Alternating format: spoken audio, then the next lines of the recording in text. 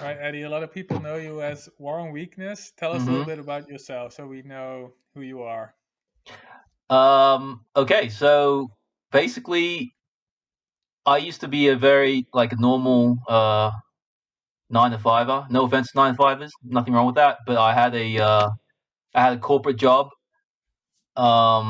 in the financial space, specifically in corporate bankruptcy.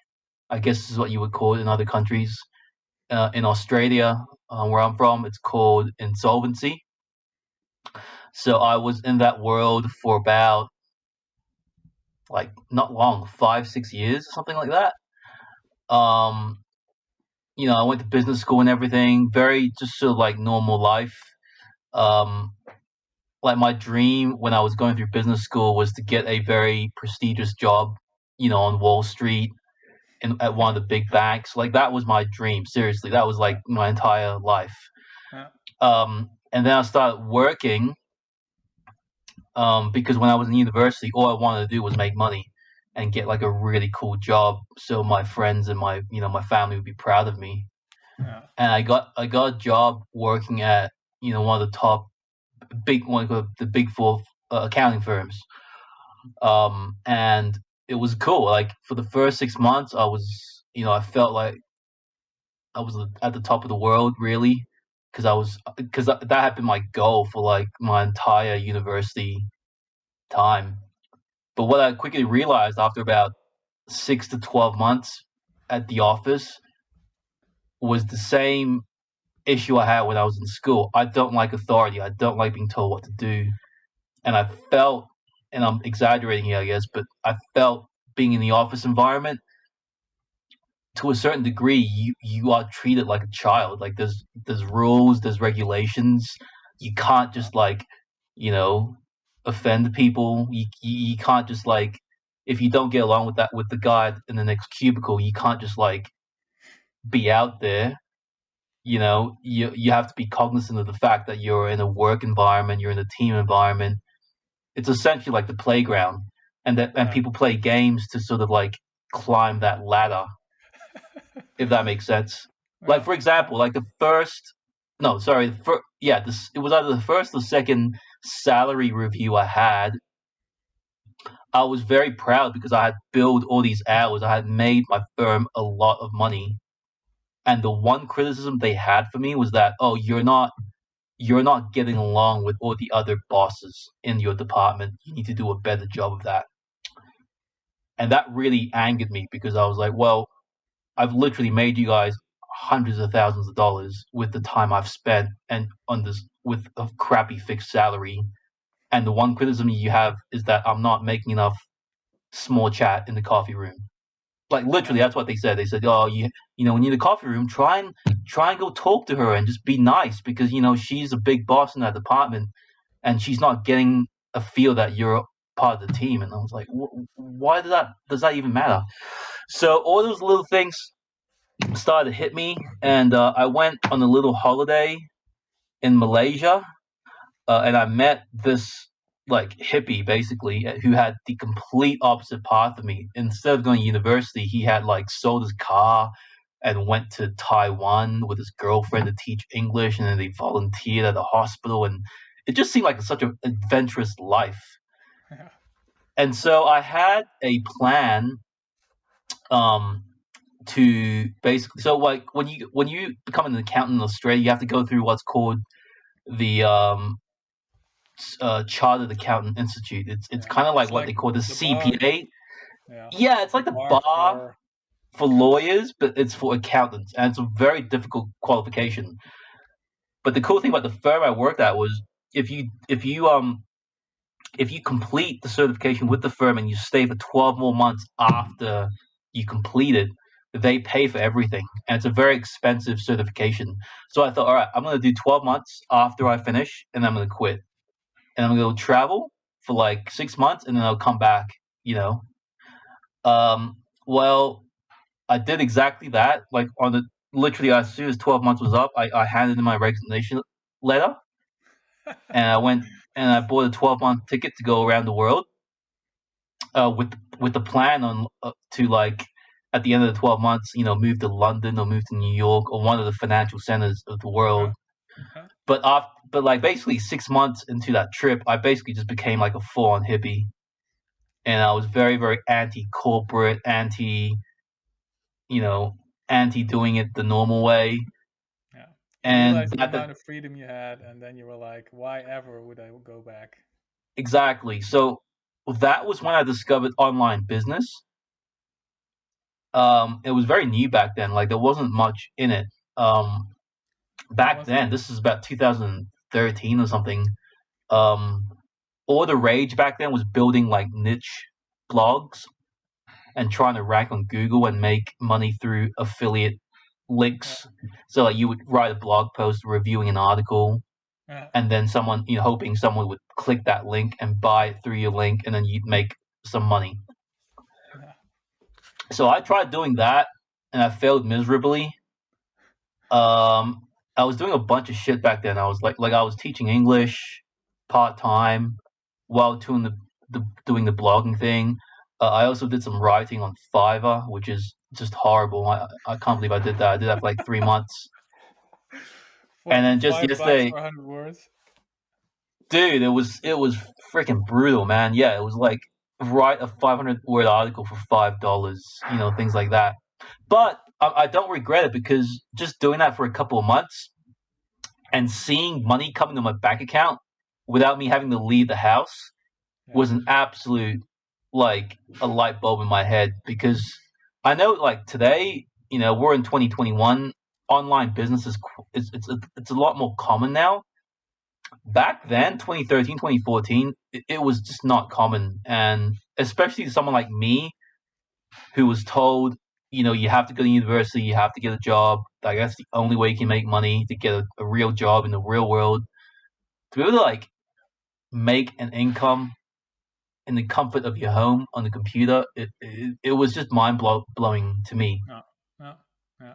Real life bulb. Well, now. And so after 6 months, you basically decide I'm not going back to corporate life. How Yeah. where were you back then? And so you started with Fiverr, but how did you transition to getting other sorts of income? So I was very lucky. I at the beginning, after like a year or so doing this, oh, actually, there's a funny story to this. After the Fiverr thing, I found this blog article that talked about writing erotic short stories Yeah. and selling erotic short stories on Amazon. Wow. So I did that for like 3 to 6 months, which I tweeted Wow. about the other day, and it got a pretty This funny stuff. response. Funny, but how did you wrote the story and you published it on Amazon, or somebody else published Yeah, it, or you did? yeah. So basically, I read this. I was desperate to make money online, and I knew I didn't have many skills. But one thing I do know how to do from my, because in my role in corporate bankruptcy, it's a mix. Like there's a lot of business writing involved. You have to write a lot of long reports to lawyers and bankers and stuff. So there's lots of business writing involved. So I knew I could write. Um, and I knew I wanted to do something in the online space within writing. I just didn't know like what that was. And through, going down a rabbit hole of Googling, I discovered this blog post. There's a great blog um, called 30days to X.com. It's a really, really good blog about online business. And he wrote, back then he wrote about this book he read. I forget what it's called. I think it's got a really tacky name, like the Six Figure Erotica Author or something like that. And he basically said, you can make a lot of money writing erotica stories if you know how to do the research. So I bought that book and immediately applied it. Um, and it's very much like Google. Like you have to find keywords and then write stories around those keywords, because the keywords reflect what the customers are trying to look for. And because it's erotica, it's basically middle-aged women who read these types of books. Yeah. And the idea is that they buy these short stories that cost like $2-3, and it takes them 10-20 minutes to read. They'll read it when they're waiting for their kids to get out of daycare, or they're lining up at Starbucks. They open up their little Kindle app and they read a little dirty story. And the And they idea is read that a once you senseless story. accumulate a catalog, you start to get a name for yourself, and then you start to make some real money. But it just never happened for me, because I didn't like the idea of sitting down at my desk and imagining sexy situations where housewives get into dirty encounters. I found that really boring and just not good for my mental health. Yeah, yeah. And I How didn't much did make you much. make? Dude, I made I think overall I made something like 500 US Oh, over a couple of months. still Um, decent. and I became a best-selling author in India and the United Kingdom, which is something I like to brag about. Yeah, wow. You should put that on your Twitter profile, man. Dude, I might do that. I was speaking to my I'm sure JK Molina. Yeah. I was basically talking to him in private, and he was like, "Dude, you gotta start tweeting about your background in erotica short story writing." So here I am. Yeah, you should keep doing it, definitely. So what you wrote 3 books? The Naughty Librarian, Sexy No, Sitter, and dude, I wrote tons of books. I wrote something like 20 to 30 short stories. wow. Yeah, because it's very formulaic. Like, you have to first research whatever the theme is at the time. There's always popular themes. So like when that book came out, what's that really popular erotica book? 50 Shades of Grey. Yeah. So when 50 Shades of Grey came out, there was a ton of like people who wrote about that particular type of theme. The rich guy with the young girl. Yeah. And so basically the erotic, from what I know about the erotica industry, there's always some sort of theme, and it gets dirtier as the industry grows. So like there was like a story, for example, in the book I read, about, it was like dinosaur sex or something like that. It's just really bizarre. So now And, it's gonna be the corona vaccine with an interesting side effect. exactly. Yeah, dude. So yeah, I was doing that for like, I can't remember, 3 months, maybe 2-3 months. I was basically like reading erotica stories to study like the storytelling elements, um, and how to reverse engineer that with my own stories. And it just wasn't fun, man. Like, even if you're making, even if you're making a ton of money, I don't know if I would want to do that. No. I don't want to be sitting around all day just imagining these like erotica stories in my head. I don't think that's good for my mental health. No, it's tough mentally. And so you transitioned away from those books. What did you do after that? Yeah, so I got lucky. Basically, like, I've been in contact with a lot of my former colleagues, and one of them decided, my old boss, who was only a manager when I quit, he became like a boss. He became a partner at his own firm, and he started hiring me to do some business writing for him. Like, his firm often gets hired to do, for example, like, what we call lending reviews, where a bank customer will ask for more money, and they need to like assess, if the business has the cash flow to pay off whatever the loan is, and then they'll outsource that report to accountants. And then so he basically just gave me a bit of work in that realm. So I've been doing that for a while, and I'm slowly like winding that down. And now I do email. I write emails for personal brands now. Yeah. That's been, sorry, I forgot to mention, in that 6 to 12 month phase when I was doing erotica writing and Fiverr and etc., I had somehow accidentally stumbled upon copywriting. Which, if listeners don't know, copywriting is basically, how do I explain it? It's often described as salesmanship in print, but I just think of it as persuasive writing. Yeah. So any sort of writing with an intention to persuade or convince the reader to take a particular action, that to me is copywriting. And when I discovered that, basically I was like, okay, this is it. This is what I'm going to be doing. Interesting.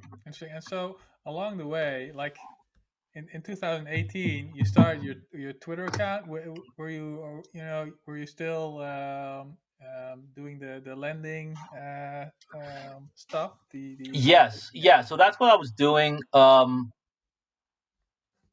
was doing that basically full time, remotely, which is cool.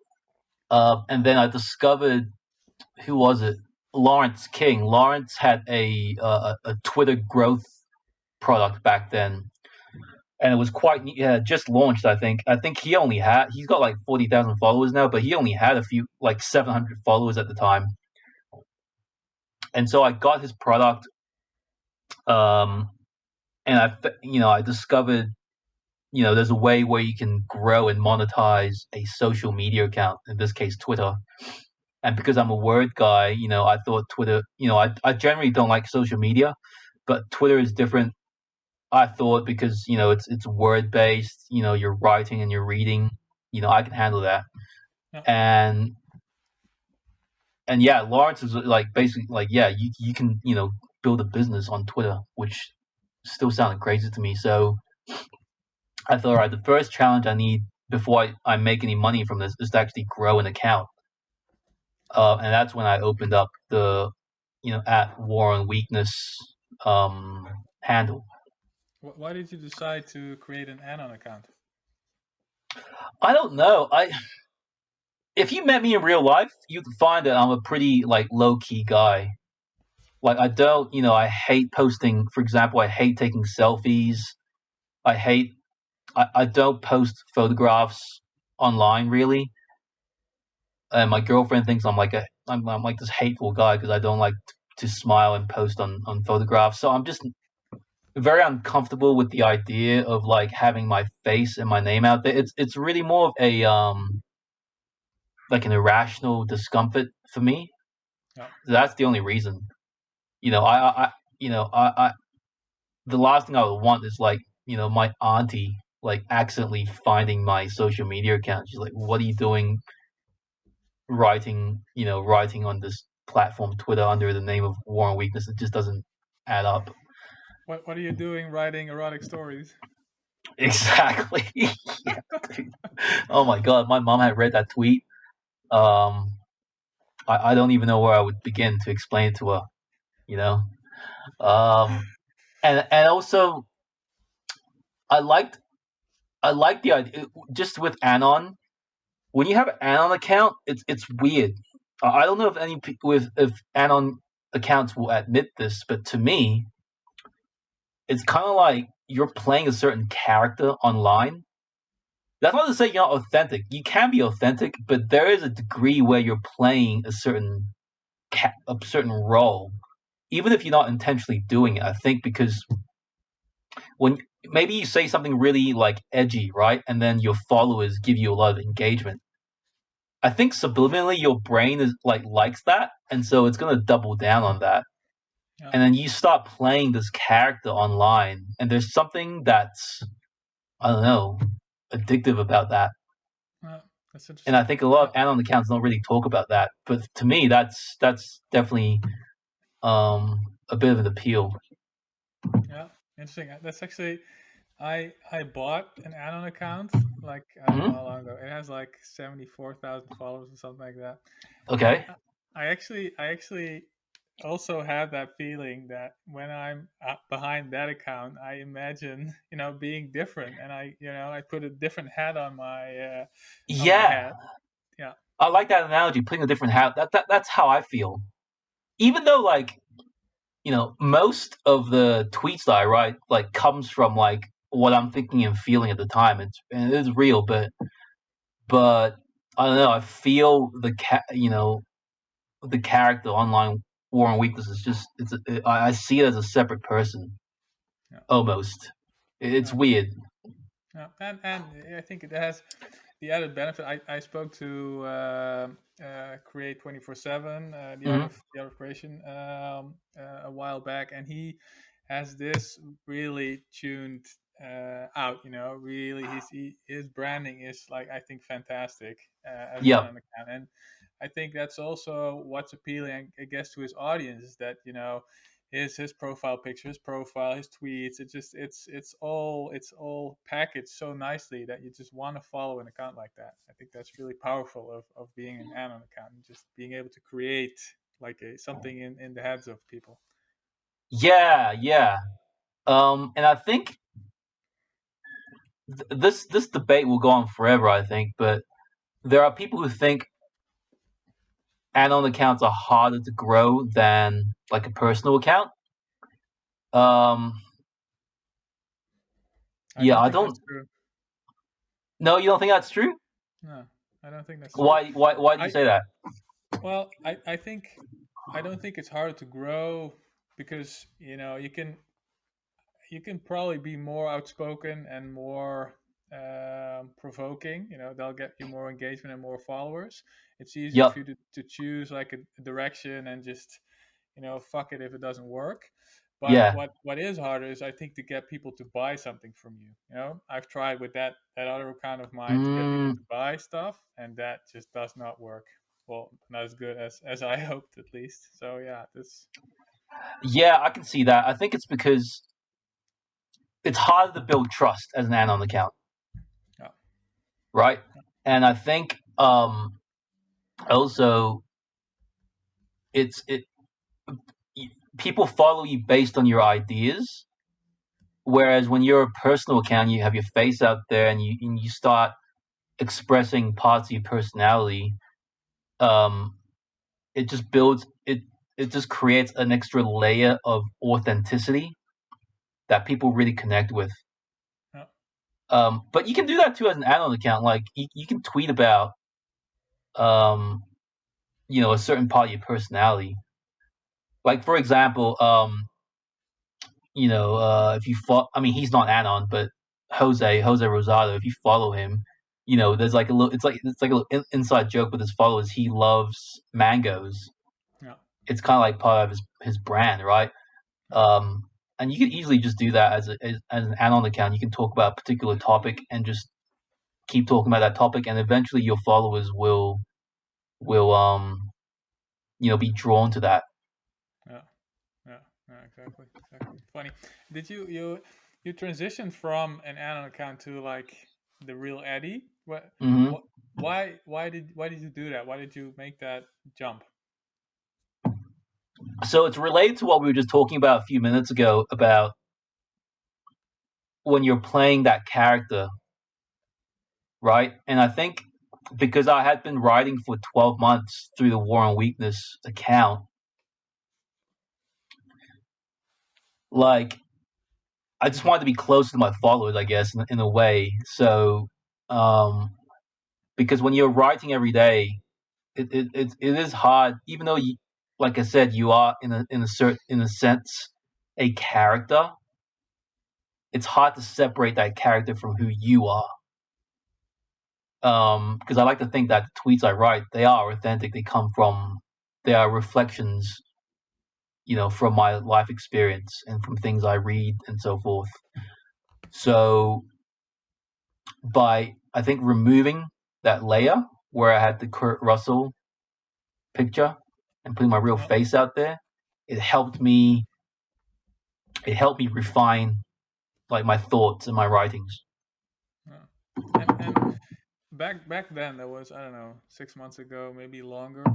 You had also a couple of, I don't know if it was a Twitter course, but at least you had like a, I don't think it was Twitter, but like a book summaries. That's something Yes. I think you moved away from, because I don't see that anymore on your profile. What happened there? Um. Basically, there was a period where I was like doing a lot of selling. Um. And I wanted to take a step back from that and just focus on like providing value and growing my account. So I'm still promoting that the book now. I'm still promoting it through my email list. I just don't sell as much as I used to on the timeline. I'm very inconsistent with selling, which I know a lot of like online business gurus will laugh at, but I don't know. Like I think the problem with me with my account is that I have a hard time separating, the personal brand from like the a personal account. So like some people are very good at this, where they're like, okay, I create this Twitter account. It's a brand. I'm using it purely to monetize. Whereas, yes, there's that is true for me, but also I also treat my account as more like a personal account where I'm just really reflecting my thoughts, and I'm using it not just to make money and network, but also as a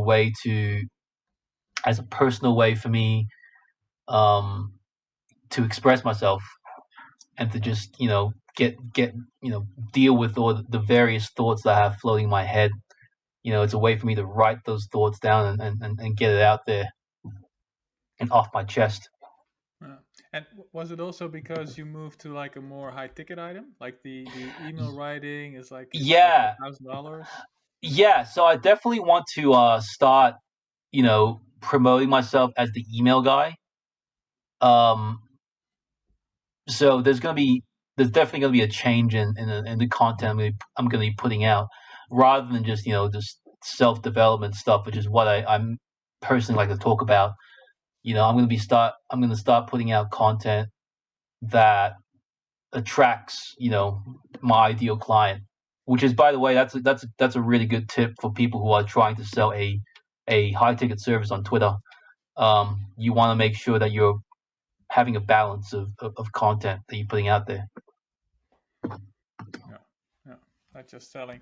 And so, yeah, I want to ask a couple more questions about anon versus non-anon. And I think Hmm. what's also interesting is in what circles you move on Twitter. I think people will also be interested in that. But first, um, so you moved away from your Anon account, moved to Eddy. What kind of differences did you see? Did you see a change in like growth, or a stall in growth, or what did you see happen? So in the short term, there's definitely a stall in growth. Definitely, because how do I explain it? People don't read tweets; they react to them, which is a different thing. So when you're seeing tweets populate on your timeline, you may not realize this, but a lot of times you're just sort of like reacting to that account. So if you're used to seeing a particular type of tweet come from a specific account, and maybe it's like just feel good platitudes, you're always going to click like and retweet just by virtue of seeing that person's profile pic Yeah, and the content. yeah, Whereas when you change the profile picture, people don't know how to react. Even though they see the same words, they see the same at war and weakness, they're not really reading that, yeah, right? So they see that if the AV, the profile pic changes, that's an extra layer of thinking they have to do. yeah, And so rather than like stopping and like, oh, who is this? They might just keep scrolling, unless you're writing a tweet that's super controversial. That's when people are like, "Oh, who the fuck is this? I need to check who this person." That's why being controversial and being um, what's the word for it? Polarizing is a really good growth strategy, because it breaks the pattern. Because most people are just scrolling; they're literally just scrolling, scrolling, scrolling. Oh, this one. Scrolling, scrolling, scrolling, scrolling. Oh, this one. yeah, And so if you're not interrupting that pattern in a way that makes them stop scrolling and click through to your profile, they're just going to keep scrolling. So I think because I don't tweet very controversial content, and so when I changed my profile pic, I think people were just forgot. They had no idea who I was. Like I remember one time when I changed my profile pic early, it was like 2 months after I changed it. One of the guys who was following me, I think he either DM me or he left a comment like, "Oh, I had no idea this was War and Weakness." Yeah, it's interesting. And so that's when I realized like people just don't really think. They're just reacting to content and to accounts they're used to seeing. And so when you change your name and your AV, um, they're just gonna like forget you.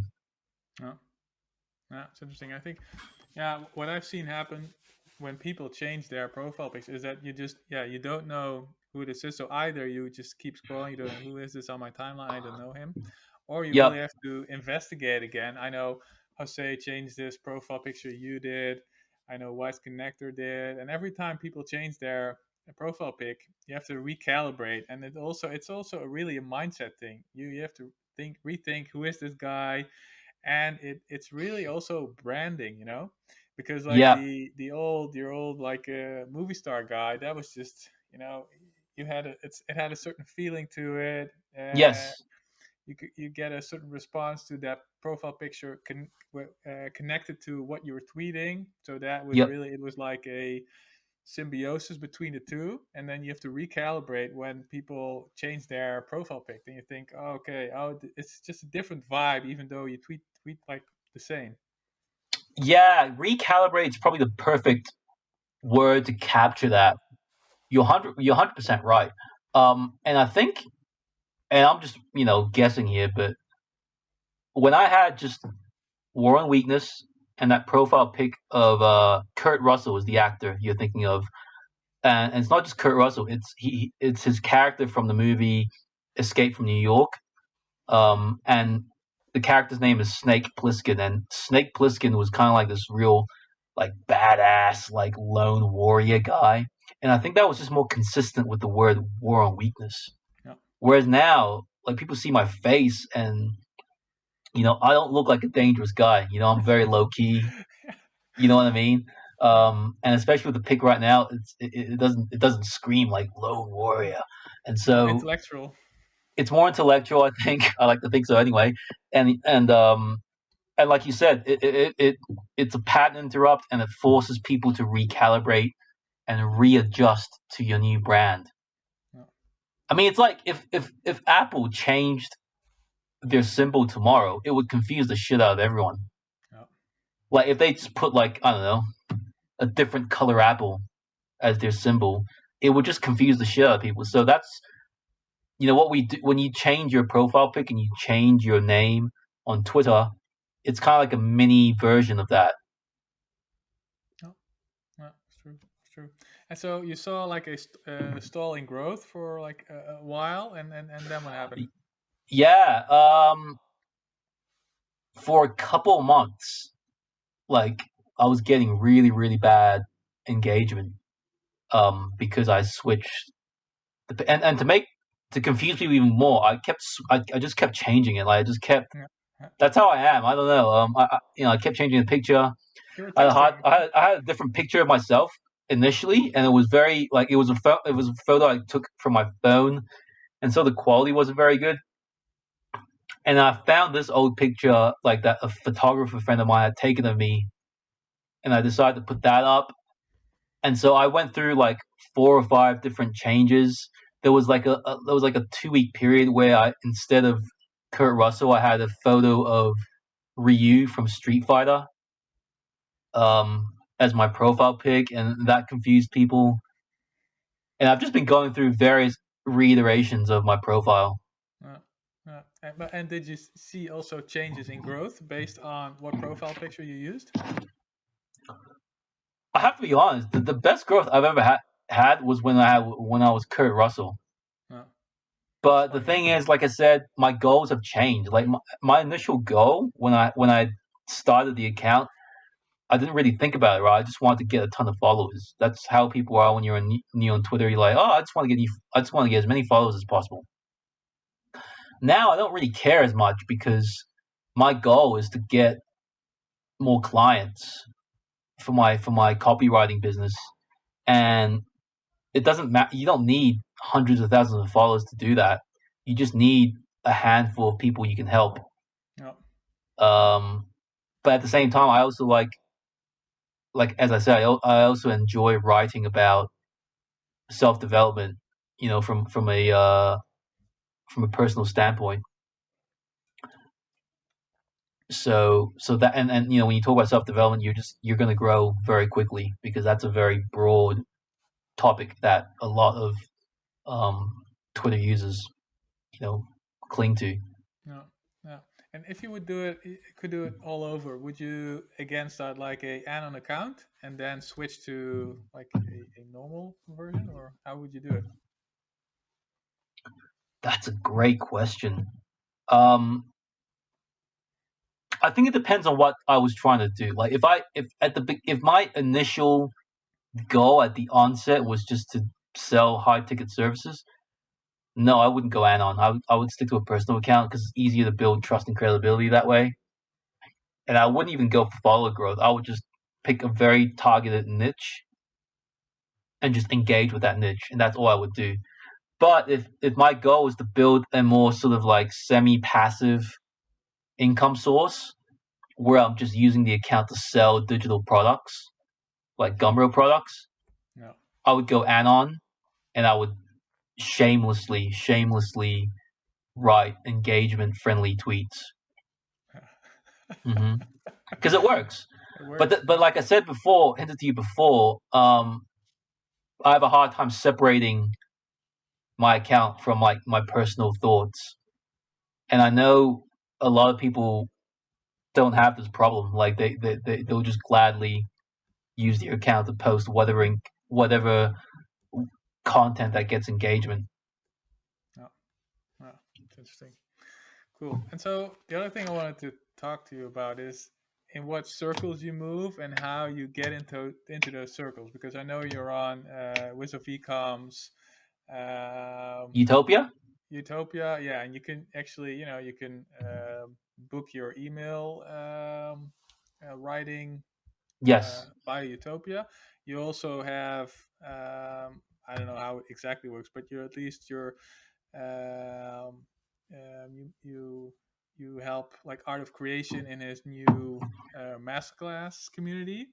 So Mm-hmm. I think it's interesting for a lot of people to run us through how you actually got there. How you connected with people, how you got on those websites, how you offered your stuff. Okay, that's a great topic. A very nuanced topic as well, actually. So at the beginning of my Twitter journey, halfway through, sorry, there was a guide I released, a Twitter growth guide, which I don't really promote anymore. It's called Twitter Rocket Growth Blueprint. And in that guide, I talk about using the strategy, which I'm pretty sure I came up with it, but I could be wrong. But I call it the Snipe list method. And I created that idea thinking that people would, understand me clearly, but they obviously didn't. So the concept is this: when you're starting an account, no one is seeing your tweets because you have no followers. And so the best way to get more exposure to your account is to leverage big account traffic. So if a big account tweets a tweet that's getting a lot of engagement, that means a lot of people are looking at that tweet. And not only are they looking at the tweet, they're reading the comments below the tweet. And so if you can write a great comment, the people who follow that big account will see your comment, and if they like it, they might follow you. And so when I wrote about that technique, the idea is I tried to explain it as clear as possible, but obviously I failed. The idea is that when you leave a comment under a tweet, it should add value to that tweet. Yeah. And it Be should like, hey, be, great dude, well, 100%, blah blah. yeah, or some people just straight up rewrite the tweet. Yeah, which is actually insulting. Yeah. Which is very insulting, yeah, because people aren't stupid when they read a comment, a comment that's obviously written with the intention to get engagement. People can sense you're full of shit. They can sense the selfish intention behind that comment. Whereas the right way to do it, and this is how I did it when I was growing, is to just be sincere.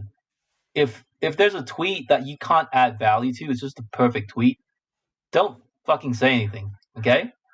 But if there's some room for you to either add an additional thought or write something that that opens up a different conversation, that leads to a different conversation, then do it. But otherwise, don't comment just for the sake of commenting.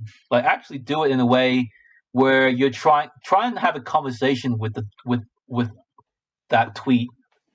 So if a big account tweets something, think of your comment as an extension to that conversation. Yeah. Think of the original tweet as the beginning of the conversation, and you're just continuing the conversation. But if you're just doing it just to get engagement, you're gonna look bad, and you might even risk getting blocked. And so that's how I did it. I basically just commented on a lot of people's accounts. And here's the other thing, like, DM people, man. If someone writes a tweet that really gets, changes the perspective in your mind, or makes you think about something that you hadn't thought about before, send that person a DM and just start a conversation. And be, hey, I really love that tweet. It made me think of, this experience that I had, blah, blah, blah, blah, blah. And then what you'll find is that this is the beauty of Twitter, a lot of these big accounts, they're just normal people. Yeah. They're just regular people. And if you're starting an interesting conversation with them through the DMs, they're going to want to continue that conversation. But the problem is, a lot of people on Twitter, the way they network is they try and be super professional, or they're just straight up socially retarded. Like they'll DM you. I get this all the time. People DM me with like their entire life story, like a 10-page paragraph of like, oh, I went through this, blah, blah, blah. I need your help. Can you help me with this? And they ask me all these questions. And it's like, I'm not here to consult you for free, man. I have things to do in my life.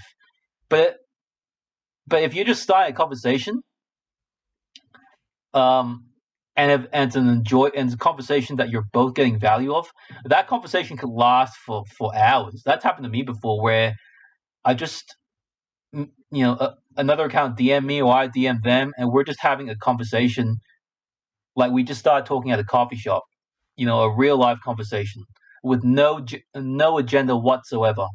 And then what happens is, a month later, that account will be like, oh, Eddy, he's a cool guy. And I know that he's into, that he sells, that he's a copywriter. So, and I need a copywriter for this project. Maybe I'll reach out to him. No. The secret with? Yeah, that's how it happens with basically all my connections. They'll reach out to me and they'll go, oh, hey, Eddy, I've got this project coming up. Would you like to participate in it? And the only reason I get those invitations is because of that back and forth I have with them that started a couple of months ago, where there was no agenda whatsoever. And just be a cool dude. Like, there's a lot. I won't reveal any names, but a lot of these big accounts, sometimes they'll send me a message asking me for advice that could be business or non-business related, and I'll give them all the value I can.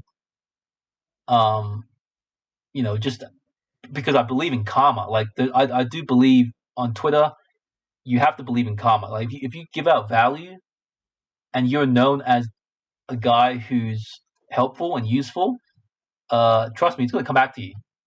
Because most people are not like that. Most people have an agenda in mind, and they will approach you with that agenda in mind. And I think, I'm not a networking pro or anything, but I think that's a bad way to do business. The way I do business, the way I network, is I just try and be a cool guy. That's it.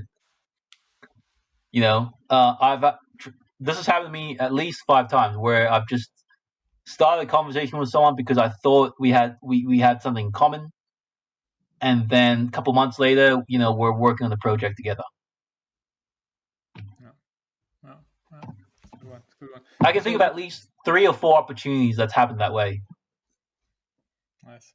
Let's talk a little bit more about like your Twitter growth. Like you started a couple of years ago. How you started with War and Weakness. How did you get like your first 1,000 followers and then up to 10,000? Okay, so the very first 1,000 followers was very difficult. Like I said, you have to comment a lot, but not in a way that's where you're trying to just comment for the sake of commenting. Just be a cool guy, seriously, and be patient. You have to be patient because it took me, I think, it took me like 3 months to get my first 1,000 followers, which is very difficult. And here's what's going to happen after a couple of months. You'll start meeting people. You'll start meeting people who joined the Twitter game around the same time you did. So there's a lot of accounts. Like, for example, Dan Co. Dan and I think Dan and I connected, I think, when he had like 12 to 14,000 followers, and I had around the same. And now he's like at 35 or something like that, and I'm at 26 or something. No. And he's someone that I've kept in touch with the entire journey. And so when you're at the beginning of your Twitter journey from 0 to 1,000, you're going to meet like 5 to 10 of the people who are in like around the same, who entered the Twitter game around the same time you did. And you're going to naturally figure out who you like and who you don't like. It's kind of like the first day at school.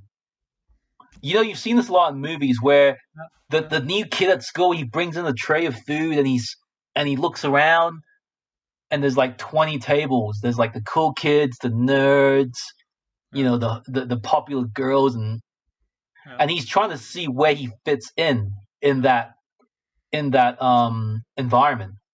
So Twitter is the same way. You're walking in, and it's a massive playground, and you're like, okay, those are a couple of new kids over there. I'm going to hang out with them because it's that, and then eventually one of them becomes the cool kid. One of them, you know what I mean, and you just kind of like move around in those circles. And what happens is once you start, and then after a few months, you're going to start, of the 5 to 10 people you start with, a couple will drop out and a couple will kind of like keep going. And then you eventually end up sticking together and you grow together. Yeah. And here's the secret tip that I don't even know if I should even be saying this because it's actually against Twitter terms and conditions, but there's a lot of people who form what are called engagement groups. Oh. Which is when you have an agreement, and that agreement varies from group to group, where you basically engage with each other's tweets. And so I've done that a few times, and there's pros and cons to those as well. But really, I think the true growth happens is when you start, like I said, going back to the playground analogy, you start forming certain communities, and you just naturally engage with each other, and people who are new will see that and they'll want to follow the people who you're engaging with, because what happens is when you join when you follow an account, Twitter automatically populates a handful of accounts that you should also follow. And I think the way the algorithm selects those accounts is based on who that account that you just followed is engaging with. So if I engage a ton, for example, with you, when someone follows you, they're going to see, the chances of Twitter putting me as a suggested follow is going to be increased significantly if I engage with you a lot. Oh. And that's going to naturally happen because, like I said, going again back to the playground analogy, you're going to engage with people who you vibe with. And so you're all naturally going to grow together if you're always engaging with each other's content. Now, the downside to that is that you have to spend a lot of time on Twitter for that to happen. Yeah. And that's another issue that I've been dealing with. Like, I'm experiencing mild Twitter burnout right now. I bet. I think a lot of people have that from time to time. So let's say you have like 30 minutes a day to Mm-hmm. grow your account. What Yep. would you do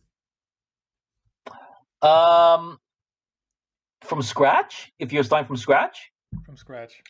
okay. If I was starting from scratch, I would spend 20 minutes of that 30 minutes um, just commenting. So the first thing you should do is curate your own lists. But don't be an idiot and call that list engagement list or something like that. Because what happens is when you add an account that you like to a list that you call engagement list or Snipe list or something like that, they get a notification that says so and so has just added you to an engagement list. Yeah, or You at know, least hide the list then. Sorry. Or at least hide the list. You can actually, if you hide it, Exactly. then no one sees Yeah, it. people. Yeah. I actually say that in my guide. Make sure you mark the list as private before you Yeah. add people, and people don't do it. Yeah. Anyway, so the way you create a list is you find accounts whose content that you drive with. So if you're in the fat loss niche, you're gonna want to network with other coaches who are in the fat loss arena.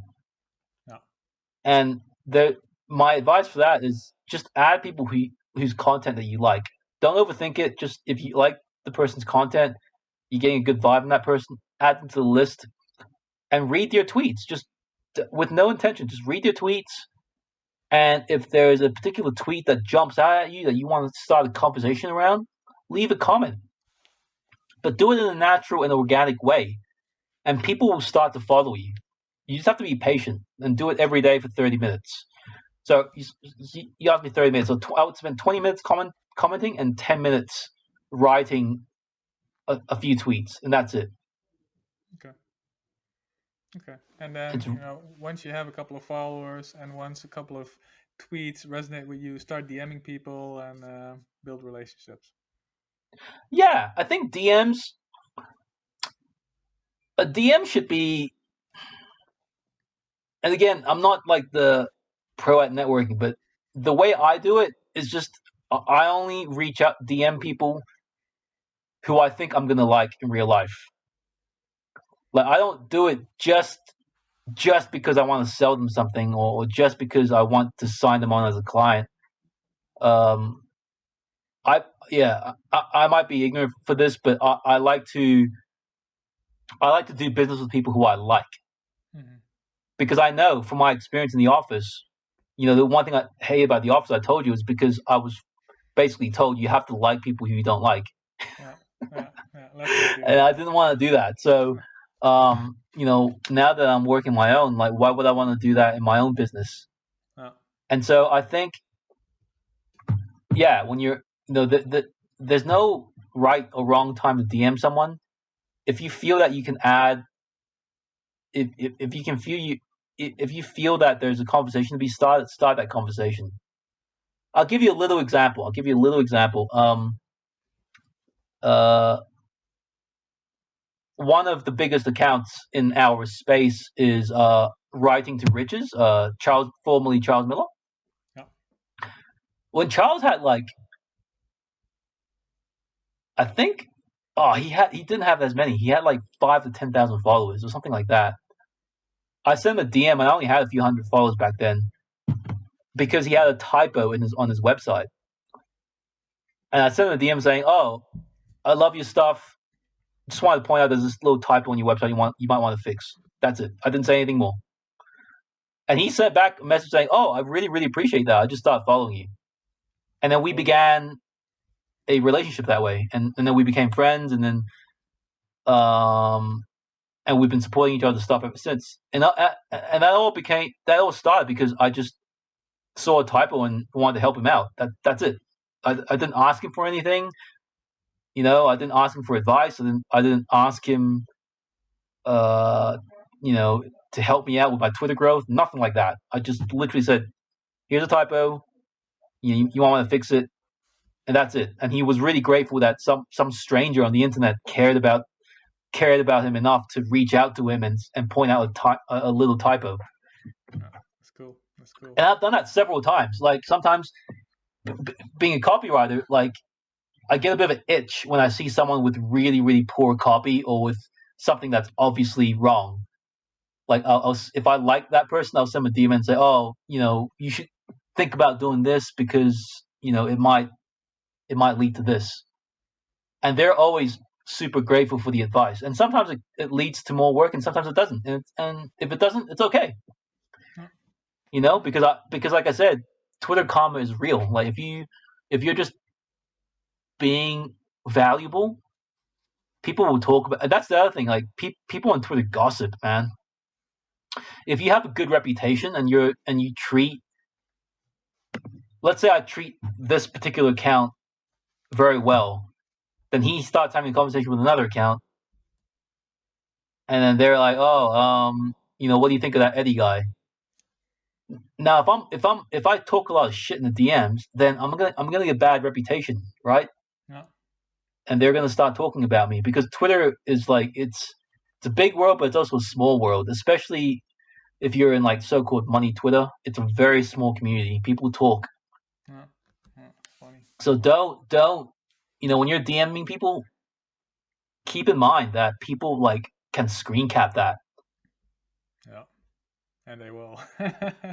And they will. Like if I go on, at the end of this conversation, if I go on and say, "Oh, yeah, I just did a podcast with Yannick, but I really don't like him," and blah blah blah blah in a DM, that's just not a good thing to do, and it might get back to you later on, and it's bad for your reputation, Yeah, I agree. Final question: what do people need to do for you to retweet them? How